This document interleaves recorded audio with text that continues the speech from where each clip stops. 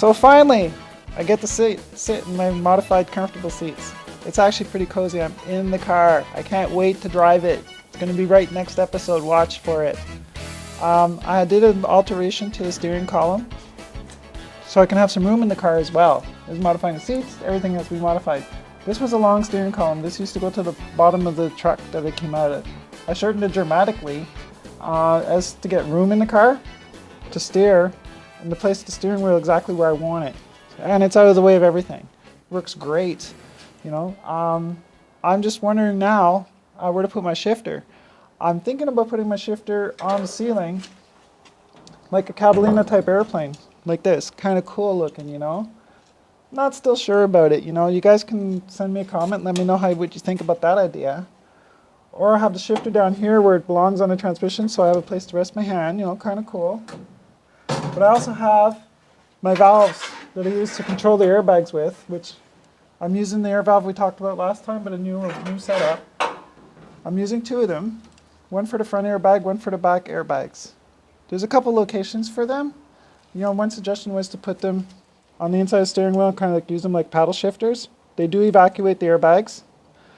I also was thinking if I put the shifter on the ceiling, I could put them on the transmission mount here and use them as like, once again, just like a gun, like they are. They're air guns. But if I put the shifter on here, I can actually mount them to the ceiling and use them like in a tanker style. Like if you're in a tank, you know, the old war kind of tanks, hence the tanker windshield. See how that works. So now I got my steering box mounted finally, and it's great. It works great now. But I had an issue with it. The steering arm was turning the wrong way when the steering wheel was turning the right way. So the only way I could figure that out was to take apart the steering box and take the worm gear and flip it over on the rack. Now, I put it back together and it steers the proper way. It actually works great. I got the steering box mounted on the firewall for the main reason is I can't put it under the car. I can't really put it beside the car because the suspension goes so low. So I decided to mount it sideways. Typical rat rod fashion, you got to make work with what you have, right? I know this one will work properly. I've done this kind of procedure before. Works great. I've also installed my master cylinder. I got my master cylinder hard mounted to the frame. I custom made a brake pedal. It also works great. Plenty of travel in the master cylinder. And I can rest my foot when I'm driving. I don't have to rest it on the brake pedal. I also have my gas pedal. It's mounted onto the firewall. So it's not mounted to the car itself, but mounted to the firewall. So it's not in the way. It's above my foot. I also got my floor pan in here. I made a square pan with angle iron.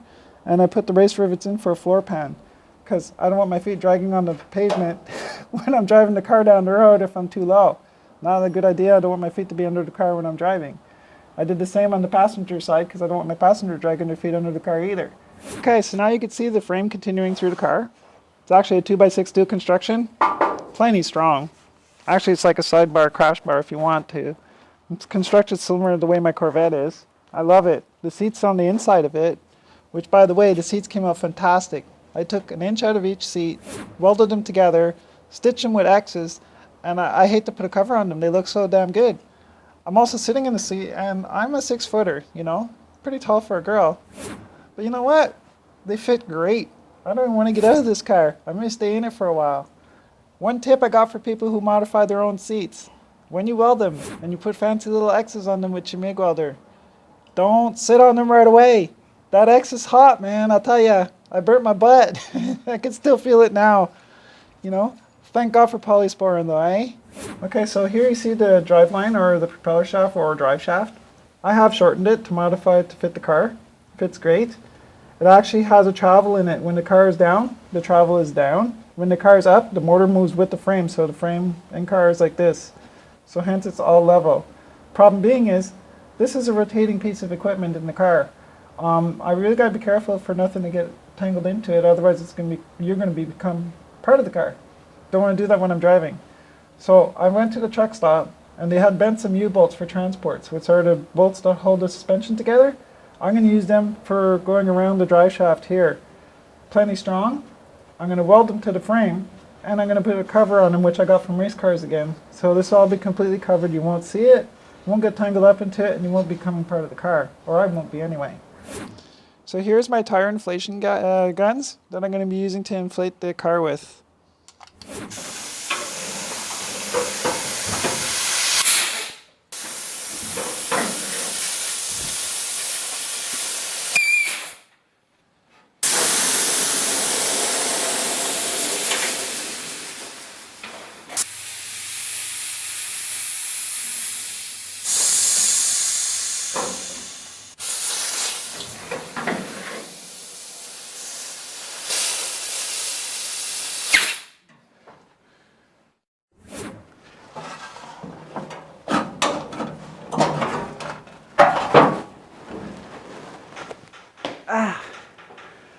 So now you see the car up in the air. This is what I'm going to be using to power up the air suspension that I'm using. It's actually called, nicknamed as a pig. It carries air to a car or a tire when you need it. What I want to do is actually make it look like a pig. I'm going to paint the top handle black. I'm going to put 2 eyes, a pig snout, and 2 little ears here, so it looks like a big ass piggy bank. And I have 2 of them. One's going to be for the main function of the airbags. The other one's going to be my reserve. If I run out of air or so there's a leak somewhere, at least I have a reserve. I'm not stuck with the car flat on the ground. I'm also going to have an alternative valve going outside the car so I can power it up from another compressor if I had to. But these would be mounted right behind the seats. They're going to look actually killer. And I'm not changing the color, the patina on them, rat rod style. They're good to go. Okay, so coming back over here to the steering wheel, you can actually see it working now with the slot that's in the car. The car is raised up off the ground. Now you can see the arm steering in the right direction when I'm turning right and steering in the left direction when I'm turning left. The reason for that is when the bar is on here, this is another track bar I got off a race car. The end is going to get cut off and threaded to mount to the front. But when the steering bar goes forward this way, the car is going to steer left. When the steering rod goes back this way, the car is going to steer right. So this is going to work just fine. Clears the headers too, I checked that. Talking about the headers, I actually was going to mount these up in front of the radiator like you see in the mock-up in the show, pointing forward. It seemed to be a lot of work. It doesn't quite fit the car. I want the car to look low. So what I'm going to do is I'm not going to use these. But instead, my headers mount perfectly to the motor this way. And I have lots of clearance on to the side. So instead of just leaving the pipe bare like it is, what I want to do is enhance it. So what's going to happen is the tip of the header is going to have 2 more tips to enhance these. So I'm going to have 6 on each side, kind of like an old warplane, P-51, Spitfire. They'll have V12s in them. They'll have 12 exhaust tips on them. This is going to have 12 exhaust tips. Just the 2 back ones will be functional. So it'll kind of look like, if I mount the header here like this, and I mount my tips underneath the header like this, plumb into the header, you know, let me know what you think. You know, I think it looks good. You know, by the way, asking you what you think. If you're going online and you have any comments, feel free, let me know. You know, I'm open to anything that you guys have to say. And also keep an eye out because the next time you see this one, I'm going to be starting the engine up. It'll be running, rolling and running.